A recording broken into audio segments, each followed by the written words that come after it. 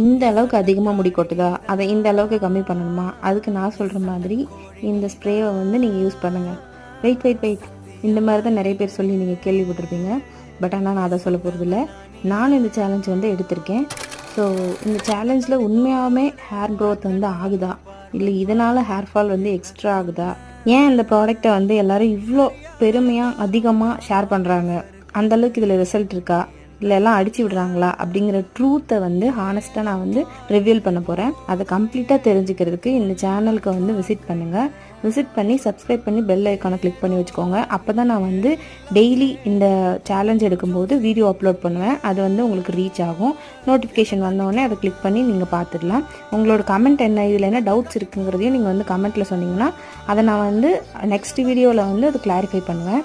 And நான் என்னோட முடியில் டேரெக்டாகவே இது யூஸ் பண்ணி ரிஸ்க் எடுத்து ரிவ்யூ சொல்ல போகிறேன். மறக்காமல் மிஸ் பண்ணாமல் பாருங்கள். தேங்க்யூ.